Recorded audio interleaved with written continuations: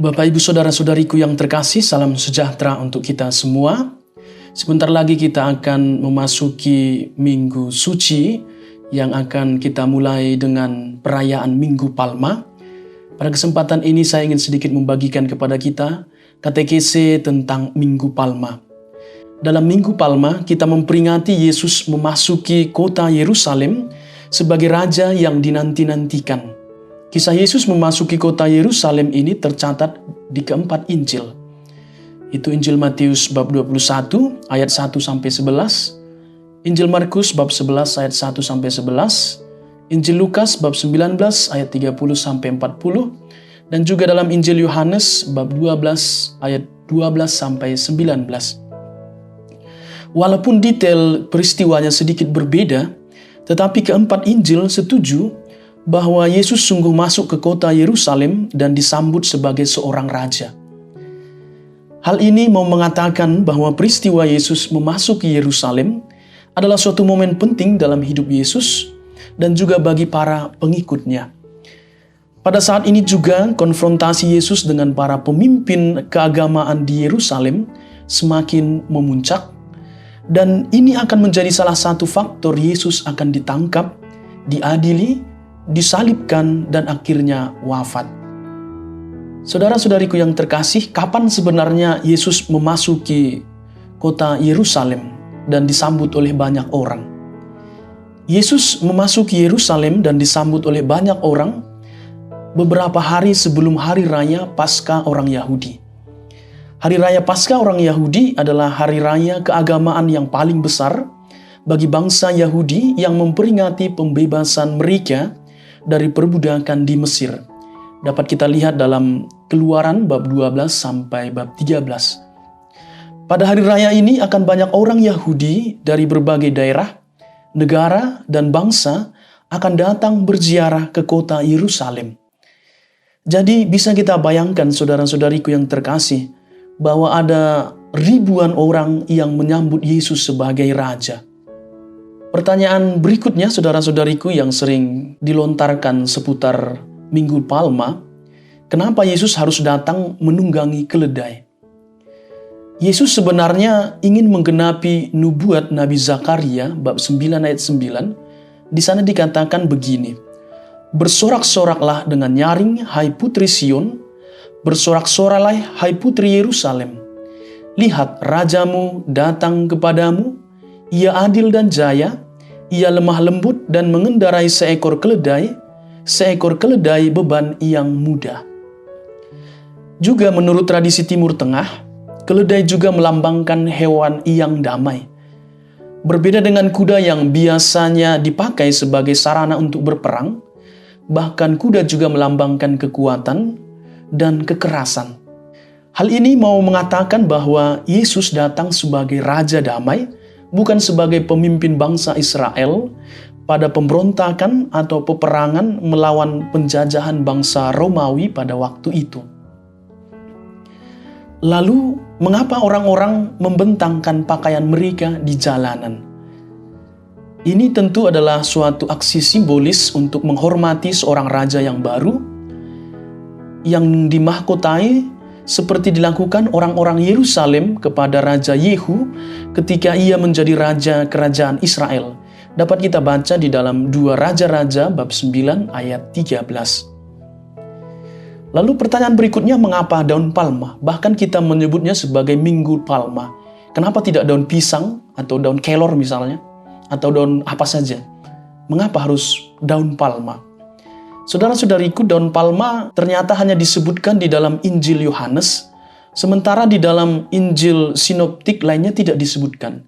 Dalam Injil Matius bab 21 ayat 8, di sana hanya dikatakan ranting-ranting dari pohon-pohon. Sementara Injil Markus bab 11 ayat 8, di sana dikatakan ranting-ranting hijau yang mereka ambil dari ladang. Bahkan Injil Lukas tidak menyebut ranting sama sekali. Pertanyaannya, mengapa daun palma yang hanya disebutkan oleh Yohanes? Daun palma secara khusus dari jenis kurma banyak ditemukan di Israel, wilayah selatan, dan daun ini sudah menjadi bagian dari hari raya keagamaan bangsa Yahudi.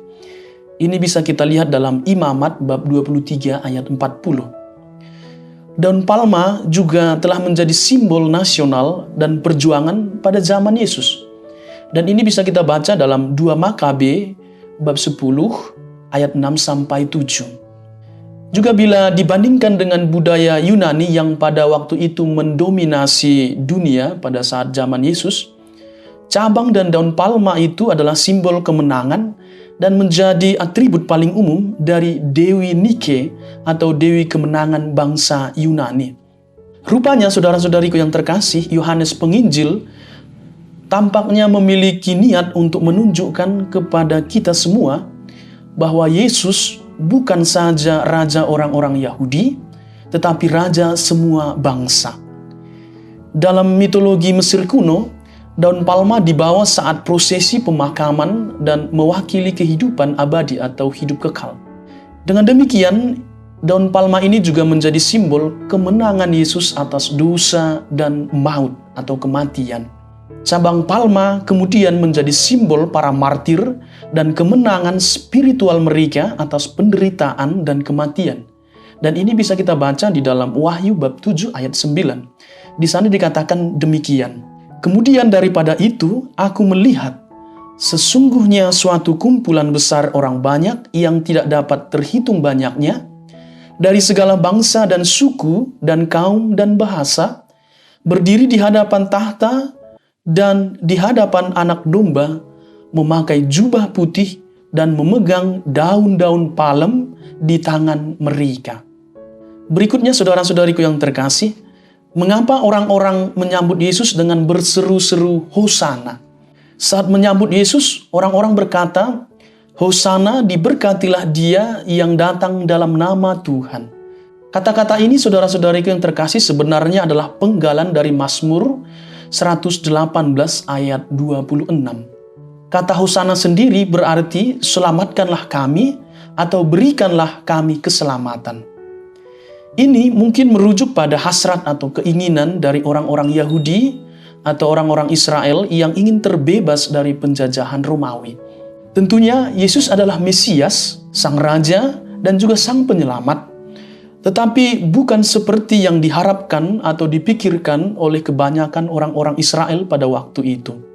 Saudara-saudariku yang terkasih, bagaimana ajaran gereja atau bagaimana katekismus Gereja Katolik sendiri menyatakan tentang perayaan Minggu Palma ini? Katekismus Gereja Katolik nomor 559 mengatakan demikian.